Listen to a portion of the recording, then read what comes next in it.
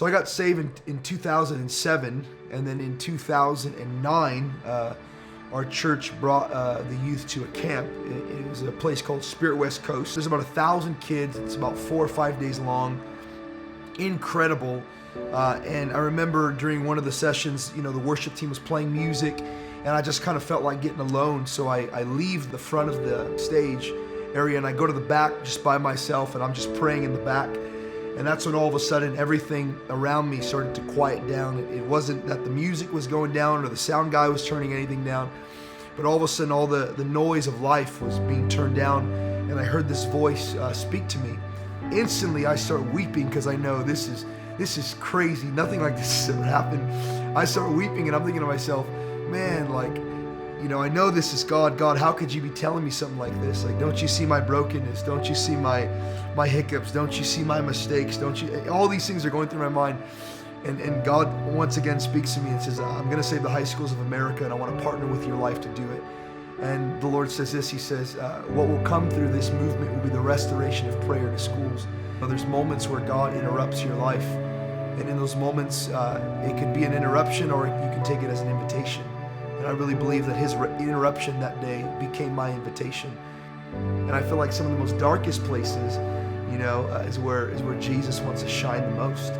And it's not with systems or formats or certain ways of programs. It's really with just authentic raw love.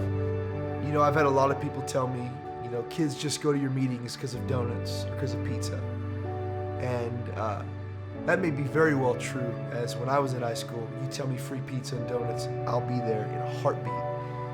But what I've seen in these years is what they come in for is not what they leave with.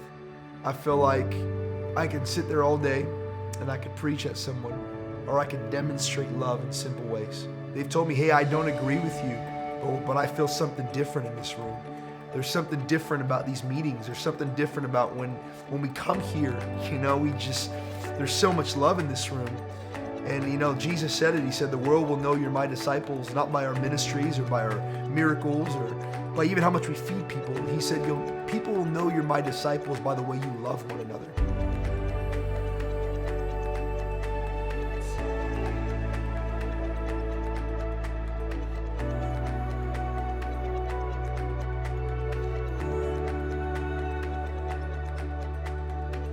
How will they know unless someone tells them?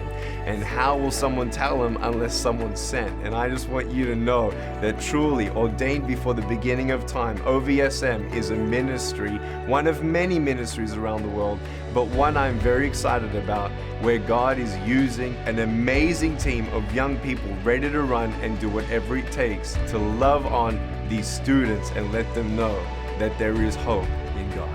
It is hard. This is not an easy mission to accomplish, but they know they've been called and convicted to run into this field of harvest through the ups and downs, the difficult times, those barriers and the weeks of impossibilities at times. I just want you to know that God always pays for what he orders, and there's nothing that's going to stop God's will as long as we continue to be humble, and then as we make plans that we have the sensitivity and humility that he will direct our steps.